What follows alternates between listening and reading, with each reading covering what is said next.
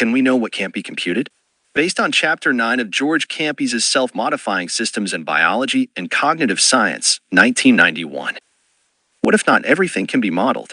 What if the most essential properties of life, its creativity, its openness, its freedom to change itself, were fundamentally beyond the reach of traditional science?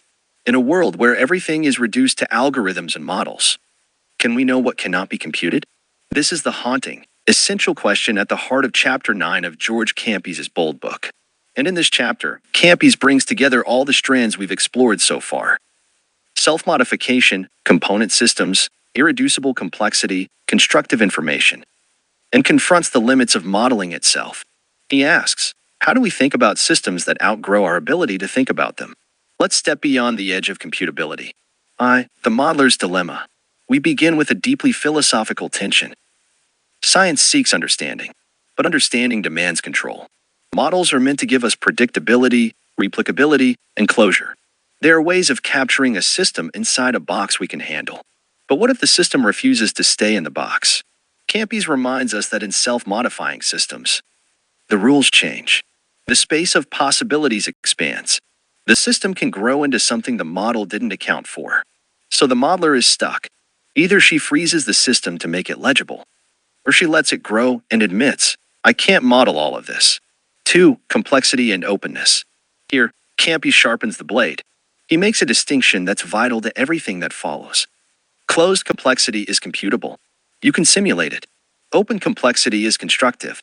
You can only grow with it. In classical models, all relevant variables are set in advance. Even the surprises are pre-approved. But in open systems, new variables emerge, and the space of behavior is no longer enumerable. This means there is no final model, no complete description, no algorithm that can predict what will matter next. This is not a bug. It is the defining property of living systems. 3. Knowledge in the age of unmodeling. And now we come to the real breakthrough. Kampis proposes a new kind of knowledge.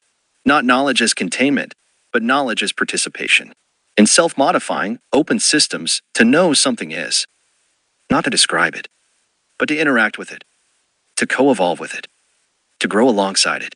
He calls this open knowledge. This is a knowledge that respects emergence, that leaves room for surprise, and that acknowledges the autonomy of the system being studied.